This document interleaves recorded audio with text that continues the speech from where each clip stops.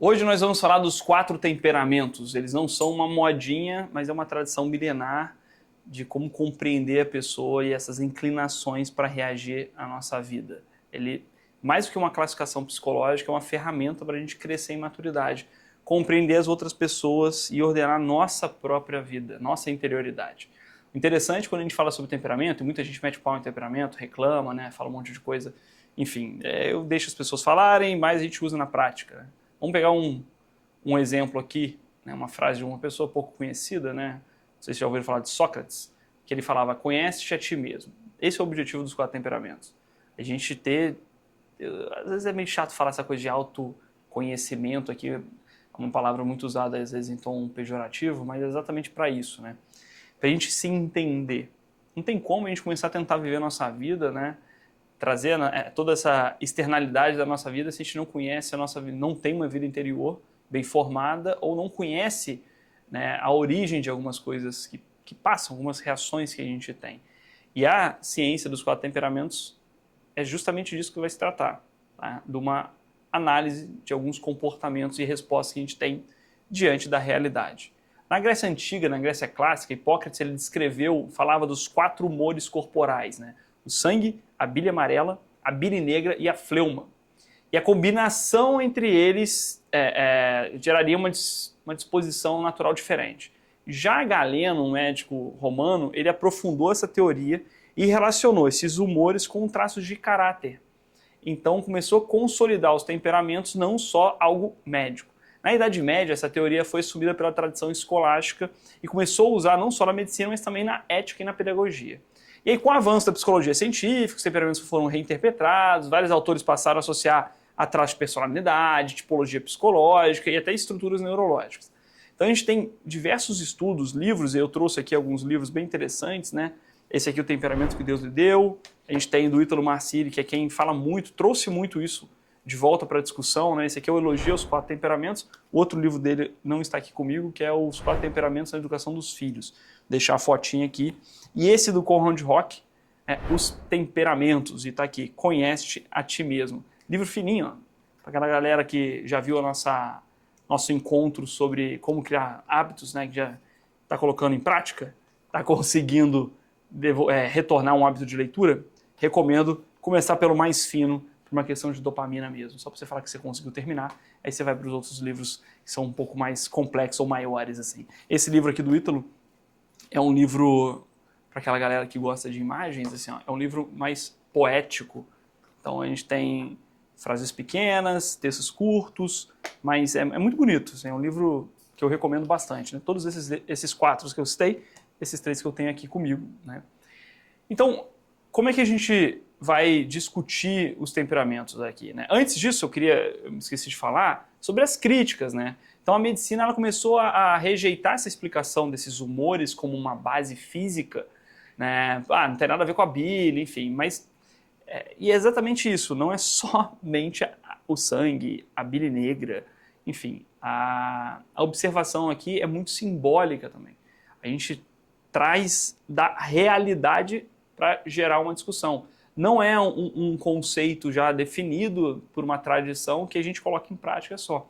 A gente consegue observar isso no mundo real. Então, muitos psicólogos modernos consideram uma teoria muito simplista, porque reduz a complexidade do ser humano em 4 categorias, não tem esse fundamento biológico, enfim. Mas a gente percebe que é uma teoria útil, uma chave pedagógica, a gente consegue usar, né? A ciência ela pode descartar esses humores, mas a experiência humana confirma que existem disposições típicas reconhecíveis que atravessam esses séculos todos.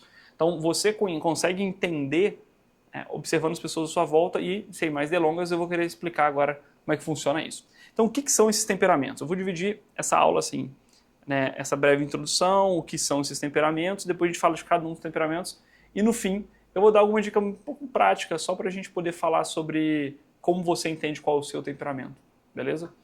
Então, o temperamento, ele normalmente é uma característica mineral, ou seja, nasceu com você, ele não muda, assim como a cor do meu olho, né? Aqui eu falo que é verde escura, minha esposa fala que não é, né? Ela sacaneia, ela fala que é mel, mas não é. Enfim, não muda. Hoje em dia tem gente fazendo tatuagem no olho, né? Assim, pergunte para o seu oftalmologista se isso pode. Não pode. Então não tem como mudar. Seu tamanho, né? Antigamente não mudava, né? Agora tem gente fazendo cirurgia na tíbia para aumentar de tamanho também. Enfim. Mas existem algumas características que você nasce com elas. O temperamento é uma dessas. É você, é aquilo. Tá? Define quem você é? Não. Não define quem você é. É uma característica sua, mais uma característica para você trabalhar. Então, como que algumas situações batem em você? Como que você responde a algumas situações que acontecem à sua volta? Vamos pegar um exemplo aqui da irritabilidade. Então, se alguém tenta te irritar, né? Se alguém tenta te afetar de alguma forma, né? Fala alguma coisa que contraria você, como que você reage? Você fica quieto? Engole? Você engole tranquilo mesmo? Tá bom, nem sentiu? Você engole já mostrando a cara nervoso, estressado? Você nem percebeu que tentaram te irritar? Né? Tem gente que é assim, tem gente que explode muito rápido, tem gente que fica super... como se fosse um pavio curto, né? Você encostou já toma uma resposta. Tem gente que fala assim, não, fulano parece o Buda, super tranquilo, nada incomoda, nem quando tá triste, nem quando tá feliz, enfim. Então, lembrando, ele não vai determinar a sua vida, né? Mas ele vai mostrar a sua inclinação. Ele serve para o autoconhecimento, compreensão dos outros, um caminho de crescimento individual, né, e virtude. Então, o temperamento ele não é uma prisão, mas é um ponto de partida. Tá? Vai revelar onde que a luta é mais dura para você e onde você tem uma facilidade, onde você tem mais vitória. Beleza? Então, vamos dividir os temperamentos aqui em algumas características. Eu vou utilizar um simbolismo, tá? Quente, frio, expande, contrai, os elementos da natureza, só para vocês entenderem mais ou menos aqui. Então, tem pessoas que estão num ambiente e fazem amizade muito fácil, certo? Então, essas pessoas que fazem amizade muito fácil, conseguem falar, são comunicativas, aí a gente fala que elas são pessoas que são quentes, elas expandem. Então, quando elas estão num ambiente que ela não conhece ninguém, para ela é fácil, parece que ela nasceu para fazer amizade, né? Tem gente que é assim, o pessoal fala que é meio político, tem gente que é meio líder, né? Já chega lá, não, vamos resolver isso aqui e tal, não sei o quê. Ele vai expandindo. Em 2 segundos ela já está falando. Ou de uma forma boa ou de uma forma ruim, né? Não sabe a hora de parar, fala pra caramba, é muito intrometido, né? Ou é muito mandão, ou parece um arrogante, enfim. A gente tem características dessa expansibilidade. O que expande, né? O calor, ele expande. Então a gente tem 2 coisas para simbolizar essa expansão. A gente tem o ar e a gente tem o fogo.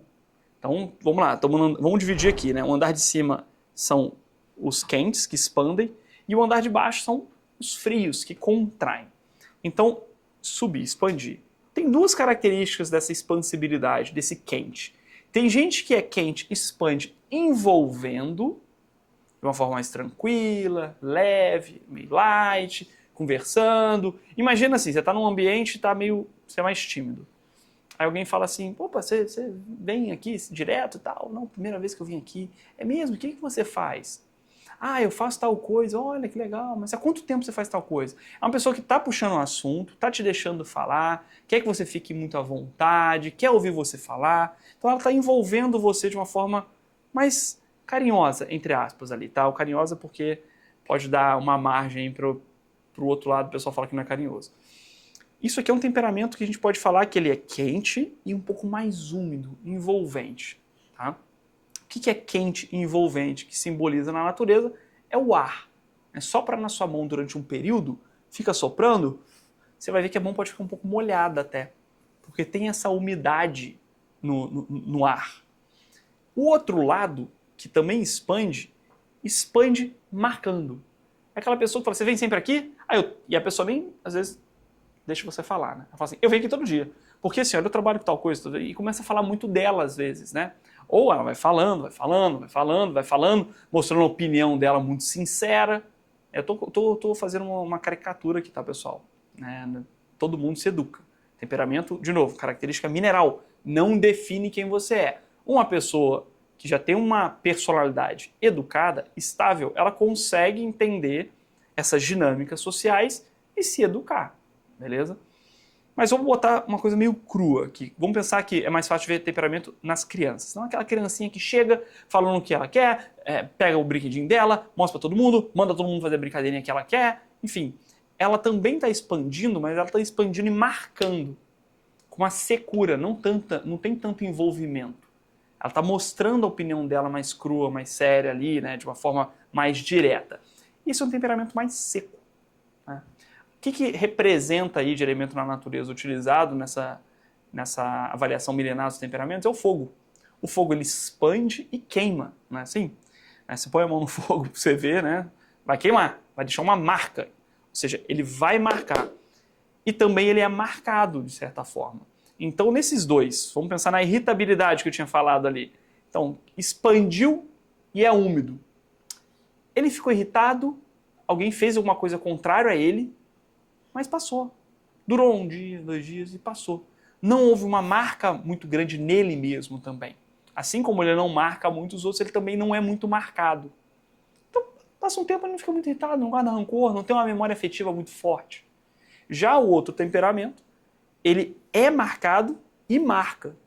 Então, o colérico, que aí a gente vai dar nome mais pra frente daqui a pouquinho, o ar é o sanguíneo, quente e úmido. Esse que eu tô falando do fogo, quente e seco, é o colérico. O colérico, ele tende a marcar, mas ele também é marcado. Ele lembra mais, ele tem uma memória afetiva, assim, ele grava mais, uma memória afetiva melhor, né, que dura mais tempo. Então, da mesma forma que você consegue ver um colérico expandindo e marcando o território, né, queimando ali, é uma das características interessantes, que eu vou falar só de cada um deles daqui a pouco, ele também vai se sentir mais marcado. Agora vamos pensar aqui nos temperamentos abaixo, beleza? Na galera que não expande, na galera que contrai, que é mais fria. A gente vai ter 2 tipos. Um frio, que é semelhante ao lá de cima, né? Um frio que envolve mais, né? Que ele é mais quietinho, mas quando começa a falar um pouco, ele consegue envolver bem, ele se dá muito bem em vários ambientes, ele é mais tranquilo, ele pode ficar horas e horas também sem ter que falar nos ambientes. Para os temperamentos mais frios, eles ficam muito contentes com quando os temperamentos mais quentes estão no ambiente, às vezes, né? Porque eles vão deixar o pessoal falar. Se for no ambiente social, né? Deixa a galera falar aí, que eu tô tranquilo, vou só ouvindo. Para mim tá ótimo eu ter que ficar me expondo de forma alguma, eu vou ficar quieto na minha. Isso aí é diferente da pessoa que é muito envergonhada, né? A gente pode ter, né, entrelaçar com patologias, várias outras coisas. Estou falando de um movimento meio cru. E aí, olhando para o temperamento frio e um pouco mais úmido, a gente tem um símbolo da água, tá? Que é o fleumático. O fleumático ele tem uma característica de estar mais tranquilo na dele. E lembra, qual que é a característica da umidade? Não marca muito e também não é muito marcado. Ou seja, também tem uma memória afetiva mais leve, mais sossegada. Já o outro lado, o que é seco, que é frio e seco, ele vai marcar mais e vai ser mais marcado. Então, pensando na irritabilidade dos outros dois aqui de baixo, vamos lá. Os dois de cima ficaram irritados. Um passou rápido, o outro não passou muito rápido não, ele está guardando aquilo para ele e os dois tiveram vontade de responder, beleza? Quiseram expandir. Irritabilidade aqui de baixo. Fleumático. Se irritou ou não, nem se irritou. Ele olhou aquilo ali, tá, para ele não precisava ter respondido, ele não precisa responder, ele não guarda, para ele é muito tranquilo. Nem percebeu se bobear que estavam tentando irritá-lo. Já, por quê? Por causa da umidade. Já o da secura do outro lado, que é frio e seco, qual elemento da natureza que a gente pode lembrar? A terra. A terra mais seca, mais fria, e a terra tem marca também. A água a gente não marca, a água eu coloco em qualquer local, ela se adapta, né? Se adapta ao formato da caneca, se eu pingo água no meio da minha mesa aqui, ela se adapta ao formato da mesa. Já a terra, se eu piso na terra, eu marco a terra. Quando você joga uma semente, o que a terra faz? Ela interioriza aquela semente, ela vai gerando naquela semente, a raiz ela vai entrando na terra, a terra vai utilizando ali os subprodutos, ali os minerais e tudo para fazer aquela planta crescer. Então há uma marcação, há uma memória muito forte ali dentro do temperamento melancólico, que é a terra. Ele é mais frio e mais seco. Então, melancólico na irritabilidade, ele não vai se irritar na hora, ele vai fazer uma cara de super paisagem, tranquilo, não precisa, mas 1, 2 dias depois aquilo vai remoer ali dentro como uma semente germinando, crescendo, e ele vai lembrando daquilo, vai sentindo uma certa injustiça, aquela irritabilidade vai crescendo, vai se aprofundando, e ele vai se sentindo mal com aquilo ali dentro dele. Enquanto o o de cima dele direto, que também é seco, ele vai ter externado normalmente essa irritabilidade que ele teve. Beleza? Agora vamos falar dos temperamentos específicos, tá? Vamos falar exclusivamente do colérico. Então, o que é um colérico? Lembrando, pessoal, isso daqui são os 4 temperamentos na vida diária. Isso aqui para prática, isso aqui não é uma aulinha para a gente ficar, que bonitinho, que legal, etc e tal. Não, isso aqui é para a gente utilizar, entender e desenvolver na gente, beleza? Então vamos lá. Colérico. Colérico, ele é ativo, ele é expansivo, ele é quente e ele é seco. Quais são os traços característicos de um colérico? Ele tem energia. O colérico tem muita energia. Para um colérico, eu sempre brinco quando tem paciente colérico no meu consultório, né? Missão dada é missão cumprida. Ele tem iniciativa, ele tem decisão, ele tem intensidade, ele tem forças como a liderança, ele é um líder nato, pô. Vamos pegar a simbologia do fogo aqui, beleza? Então, o fogo, ele tem, todos os temperamentos são representados por um elemento da natureza. O fogo, ele pode ser um baita de um incêndio florestal que destrói tudo em volta dele. Vamos pensar um colérico sem personalidade, uma personalidade fraca, que é um cara chato, reclamão, dono da verdade, arranja de confusão com um monte de gente, etc e tal. Ou um colérico bem formado, ele pode ser aquela brasa amena no inverno que traz todo mundo para perto, que você tá ali, se sente seguro, né? O fogo não tem essa característica. Você tá perdido numa mata, uma das coisas que a gente aprende, né, que a gente vê em programas de televisão, né, de sobrevivência em selva, é tentar fazer o fogo, dominar o fogo ali, para a gente assar nossa comida, ao poder, né, simbólico que o fogo vai ter aqui. Então ele é um líder, ele tem normalmente coragem, uma capacidade de transformar os ambientes.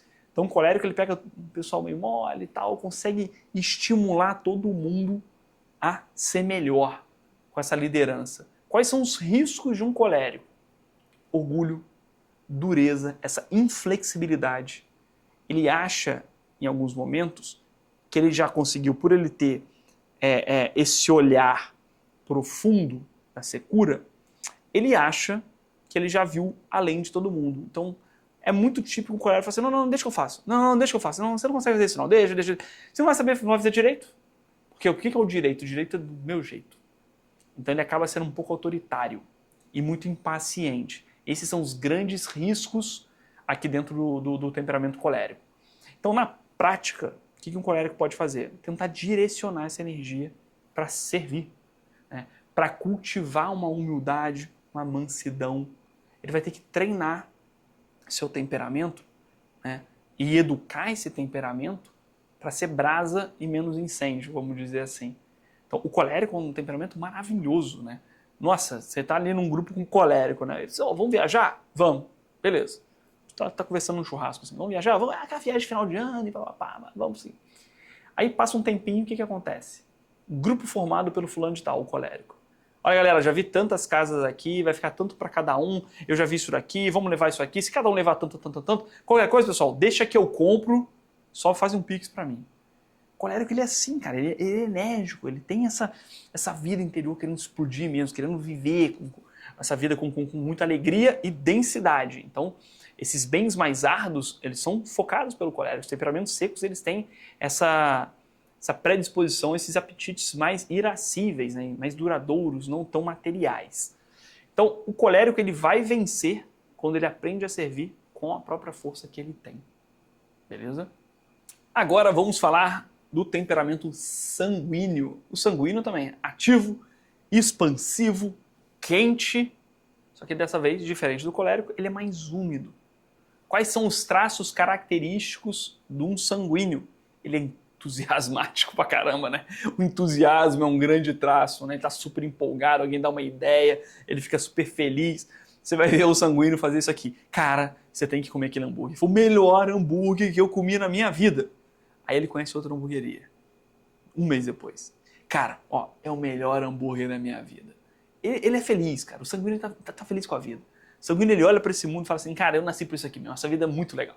Essa vida é maravilhosa, ele se encanta com qualquer coisa. O sanguíneo, ele tem uma característica interessante que ele traz pra gente, lembra a gente que o inútil também pode ser útil.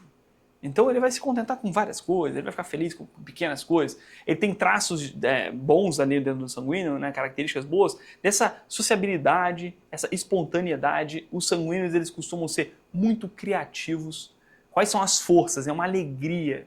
O sanguíneo ele tem uma alegria que tende a contagiar as pessoas. Diferente do colérico, que você chama ele pro seu time porque ele é o melhor jogador, o cara chama o fulano, o cara é sério, o cara treina, o cara tal. O sanguíneo não, você chama ele pro seu time porque o cara é muito gente boa, cara, vai ser muito maneiro ter ele no nosso time. A gente vai rir, fulano é gente boa, pô, chama ele aí e tal. Nem joga tão bem não, põe no gol, o cara é maneiro pra caramba. Comunicatividade, ele se comunica muito bem, ele tem um espírito de comunidade muito grande, o sanguíneo ele se importa muito com os outros. Ele tá num ambiente, ele tá querendo ver se o fulano tá bem ali, o fulano tá ali, pô, chama o galera. Não é só, a gente entra num termo meio ruim, um termo mais pejorativo às vezes, de falar como um político, né? Porque a gente vê a nossa política atual, então a gente tende a sempre falar assim, o sanguíneo é político. Cara, mas é a política que os gregos falavam, do ser humano ser um animal político, da gente viver em comunidade, a gente não tá aqui vivendo sozinho, pô. A graça dessa vida realmente é a gente ser uma luz no meio desse mundo, né? Se queimar para iluminar o mundo, servir. E isso é uma coisa que a gente pode aprender muito com o sanguíneo, esse espírito de comunidade. Ele não está vivendo muito no seu mundo só. Ele tem esse olhar muito grande, que é o que muitas pessoas chamam de político.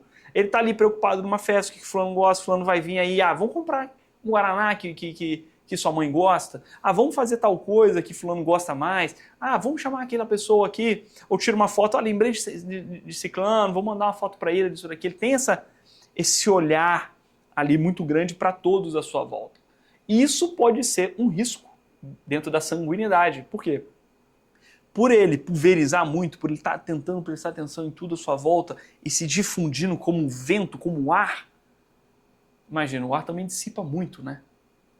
A gente não consegue estocar o vento, mas a gente consegue fazer essa concentração de vento, que seria uma das tentativas que o sanguíneo tem que ter na vida dele. Por quê? Os riscos, quais são os defeitos que podem dominar a vida de um sanguíneo? Inconstância, a superficialidade, essa fuga da dor e busca pelo prazer. O sanguíneo ele é muito confundido. Uma criança sanguínea ela é muito confundida com TDAH, que é justamente inconstância, superficialidade, procrastinação. Então ele gosta de um monte de coisa, ele se importa com um monte de coisa, mas quando precisa focar, quando o sanguíneo precisa começar a ler um livro do início ao fim, ele vai ter uma dificuldade. Ele está lendo o livro aqui, mas é aquela pessoa, é aquela coisa lá. Ele vai fugindo muito. E ele acaba entendendo um pouco de cada coisa, mas sem uma profundidade, sem uma densidade grande. E esse é um risco para o sanguíneo. O sanguíneo ele domina a prática. O sanguíneo é aquele cara que faz um monte de gambiarra. Ele consegue arrumar um monte de coisa da lâmpada aqui, trocar isso aqui, mas pede para ele te explicar como é que funciona um quadro de luz. Tem nem noção. Na prática o cara manja. Formato do computador, faz não sei o que, ele vai fazendo. Ele arruma as gambiarras, porque viver nesse mundo é muito fácil. E aí viver nesse mundo tem um grande problema, né? Que a gente acaba ficando escravo dessa dopamina, a gente fica escravo dessa forma de viver, foge da dor e busca o prazer. Então bens mais árduos para um sanguíneo é um pouco mais difícil. Então ele tem uma tendência ao apetite concupiscível, que são essas coisas do mundo. Bens materiais, o sanguíneo gosta, ele gosta de se vestir bem. Esses apetites desse mundo, eles são muito palatáveis para um sanguíneo. Então, na aplicação prática, o que o sanguíneo precisa fazer? Ele precisa buscar disciplina, uma fidelidade àqueles atos que ele busca fazer. Né? E aí tem que trabalhar com isso, esse é o objetivo da comunidade, por exemplo. Né? A gente, cada um pegar os seus traços, suas dificuldades, e a gente está tentando, em cada aula, em cada encontro, em cada vídeo, em cada filme que a gente traz, é justamente para, diante das nossas dificuldades, trazer uma aplicação prática. A profundidade para um sanguíneo é muito importante. Selecionar um tema para focar naquele tema, dominar, conversar com alguém. É muito interessante o sanguíneo ter bons amigos perto, né? Amigos com temperamento às vezes mais seco, que pode ajudar ele a sair dessa umidade em excesso, né? E se aprofundar.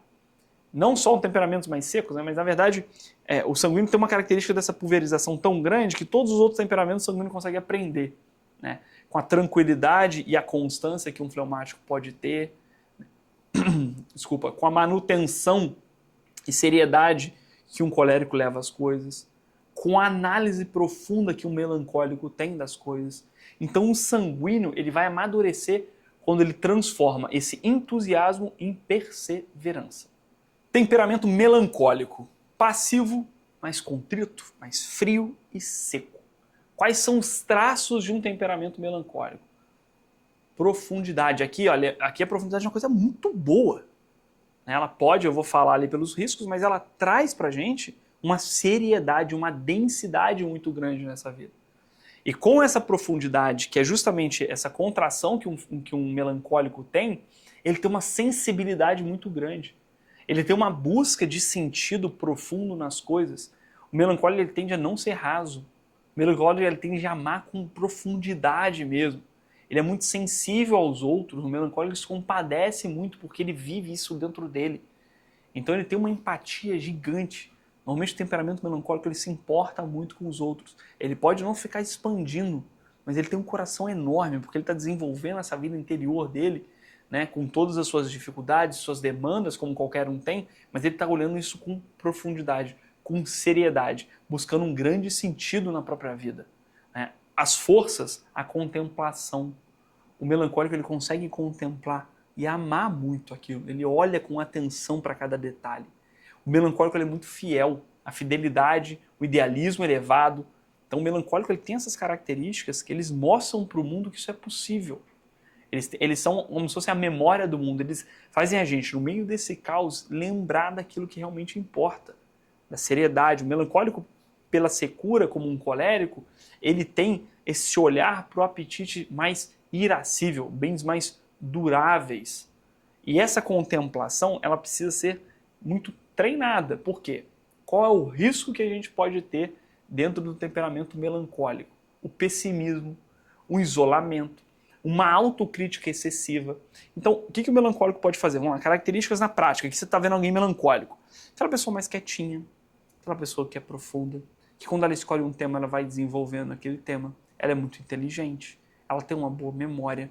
Só que o melancólico ali, se ele está muito nesse mundo interior, se isolando um pouquinho, se ele entra num modo de crítica, de autocrítica, ele vai achar que ele é a pior pessoa do mundo. Ele vai ficar, como ele analisa muito as coisas, ele pode ficar muito indeciso. Então aquela pessoa assim, e aí, vamos comer o que hoje? Ah, não sei, pede você. Se eu errar, todo mundo vai achar que eu errei. A culpa é minha e tal. E pode ficar ali, né, com essa autocrítica, esse isolamento, um pessimismo, o que vão achar de mim? Por quê? Porque eu já acho muita coisa de mim. Eu já estou muito olhando para dentro aqui o tempo inteiro. Então, na prática, o melancólico ele precisa conseguir sair um pouco desse mundo interior ou interiorizar com alguns escudos. Uma das práticas que ajudam muito o melancólico é a prática religiosa. É entender o movimento humano, é entender que você tem um Deus que é pai, que te ama.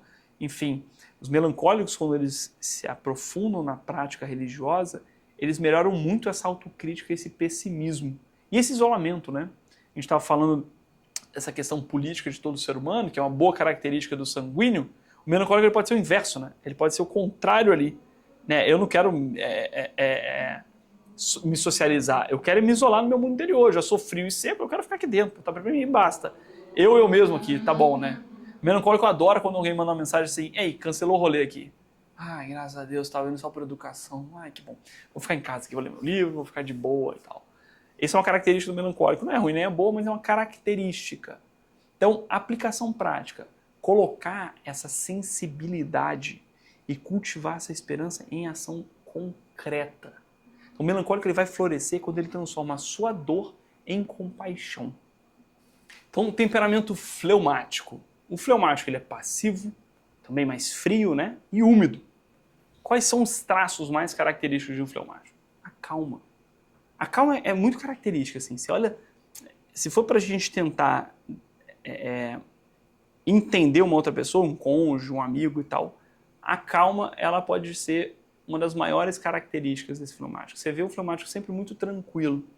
Nem quando ele está muito feliz, você vê ele explodindo, nem quando ele está muito triste, você vê ele explodindo de felicidade ou explodindo de raiva, né? Então, ele é calmo, ele tem equilíbrio, estabilidade, uma característica mais de conciliação. Ele, não, galera, deixa aí, tá tranquilo. Não, vambora, tá bem, tudo bem, tá tranquilo. O pessoal brinca, o Buda, né? Quais são as forças que ele tem? Paz, constância e diplomacia. Lembra? O fleumático, ele é água. Então, a água, ela tem essa característica de se moldar esses ambientes, tá? E se molda fazendo parte dele aqui. Só que, ao mesmo tempo, se eu jogar um limão aqui dentro dessa minha caneca aqui, deixar o limão um dia e tirar o limão, isso aqui não vai virar uma limonada, mas vai pegar o gosto do limão. Então, o fleumático, ele consegue se adaptar a ponto de pegar algumas características, se desenvolver, né, em alguns ambientes ali. Então, se eu estou num casal, um fleumático e uma colérica, é muito capaz desse fleumático pegar alguns traços dessa colérica. Não tem problema, ele pega, ele absorve, ele é como a água, né? E quando o fleumático ele decide fazer algumas coisas, ele tende a ser constante, né? Igual um rio. A água, quando está diante da gravidade, começa a cair, começa a descer, ou uma tsunami, não é nada segura, só quando ela parar. Então, essas são as forças, né? Essa paz, essa constância, essa diplomacia. Quais são os riscos do fleumático? Uma acomodação, uma passividade, um medo de decidir também. O fleumático ele é meio, decidem aí também. Isso é muito característico dos temperamentos mais frios, né? Porque o que é a decisão? Você se expõe. Você se expõe diante diante de vários, diante de você mesmo. Então, acaba que você, deixa. Então, um fleumático sempre faz as mesmas coisas, tem uma rotina sempre muito contínua, gosta daquelas coisas sempre do mesmo jeitinho. Né? Eu lembro, meu pai é fleumático, né? Uma vez dando um presente de aniversário pro meu pai, que ele tinha pedido, então aqui, pai, isso aqui é um negócio legal e tal. Ele falou, filho, obrigado, muito obrigado, adorei. Botou assim, pegou o controle da televisão e mudou de canal. Cara, você vê um sanguíneo, que legal, obrigado, fulano, não sei o quê. O melancólico também, é diferente. O fleumático, ele tá ali, na dele. Ele não tem excessos, nem para mais, nem para menos. Isso pode ser um problema, né? Justamente por uma acomodação. Fica sempre no mesmo emprego, ele às vezes não tem uma vontade de querer ganhar mais, ou de mudar algumas coisas em casa, de evoluir. Pode ser uma das queixas de pessoas próximas de um fleumático. O cara sempre tá na mesma, né? Às vezes não tem como é que é o termo? Enfim, fugiu o termo que eu queria utilizar aqui. Um ímpeto de mudança. Para ganhar mais, melhorar a saúde da família. Não, tá tudo bem, a gente precisa de comida, a gente precisa de água, a gente precisa disso, então tá tudo certo. Você pode querer viajar um pouquinho com sua família, você pode querer ter um carro melhor, enfim. Só que esse medo de decisão vai se juntando com essa acomodação e vai perverter essas qualidades que podem virar mais defeitos. Então, numa aplicação prática, despertar uma iniciativa, lutar contra essa preguiça, servir com generosidade ativa. Isso pode ajudar muito um fleumático. Ter essas iniciativas, se colocar em ambientes que puxem ele, ou pessoas próximas a ele que puxem ele para uma iniciativa para lutar contra essa preguiça. Beleza? Então, um fleumático ele vai alcançar a grandeza quando ele desperta do comodismo e age com coragem. Então, nenhum temperamento é melhor ou pior, todos trazem dons e lutas. As críticas modernas lembram que a pessoa é sempre maior do que qualquer esquema. Então, você tem a personalidade. A personalidade é quem guia a gente. Então, o temperamento é apenas um barro. O destino do barro é ser moldado pelo esforço da virtude, na graça de Deus, no nosso dia a dia, para aí sim a gente tomar alguma forma. Então, como é que eu posso saber qual é o meu temperamento? Existem algumas perguntas que a gente pode tentar ajudar a guiar aqui. Então, eu vou pegar algumas perguntas que a gente pode utilizar, beleza? Não vou dar resposta a elas, vocês anotem as perguntas, a gente pode fazer um encontro aqui na comunidade, ou vocês podem me mandar, que eu possa ajudar vocês a definirem isso, beleza? Então, primeira pergunta, como costumo aceitar as ofensas?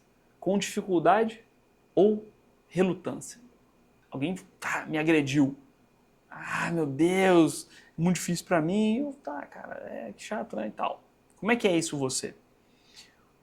Eu costumo guardar essas ofensas no meu interior? Ou eu esqueço rápido? Elas me afetam com força e rapidez? Na hora, eu sinto. Tá? Deixo transparecer minha agitação em minhas palavras e comportamento? Sinto forte impulso para o conflito imediato e para a réplica ofensiva? Sou capaz de me manter exteriormente tranquilo enquanto fervo interiormente? Vamos lá, vai pegando isso aqui, dá pause no vídeo, responde, anota isso que é legal, beleza? As ofensas, elas me perturbam, entristecem de tal modo que não encontro palavras convenientes ou ânimo necessário para responder, resignando-me ao silêncio, fico quieto. Né? Quando eu sinto dói, eu fico quieto. com frequência não me sinto ofendido no momento da ofensa, mas caio em um estado de prostração extrema, tal, em alguns momentos, algumas horas depois ou no dia seguinte. Então na hora nem bate tanto, mas aquilo vai entrando, vai ruminando, vou pensando e aquilo vai crescendo dentro de mim. E a última pergunta, ao receber uma ofensa, eu me sinto inflamado no mesmo instante, querendo agir imediatamente, com precipitação, ou eu consigo manter a tranquilidade? Então essas perguntas ajudam a gente a entender se a gente é quente ou frio, se a gente é seco ou úmido. E aí vai ajudar a gente a definir, né, ou entender o nosso temperamento e o temperamento de que a gente ama. Eu queria fazer uma aula um pouco mais curta, né? Isso aqui não é um curso dos 4 temperamentos, é só para a gente entender, né, que na verdade os temperamentos, eles não definem quem você é, eles são só uma característica, não é para usar como uma desculpa, mas é um ponto de partida. Ah, eu sou assim porque eu sou sanguíneo, sou colérico, eu sou assim. Não, você é assim porque você é preguiçoso, ou porque você é grosseiro, ou porque você está pessimista mesmo, ou porque, enfim, você não quer fazer nada na vida, né? Você está, de novo, um preguiçoso deitado no sofá ali, né? Inconstante. Então, a gente sempre vai lembrar que se você conhece o seu temperamento, você não vai se acomodar. Trabalha sobre você mesmo. Transforma essa natureza em virtude. Coloca os seus dons em serviço. O temperamento ele não é o fim, mas ele é a matéria-prima para você viver a sua vida. Beleza, pessoal? Até a próxima aula.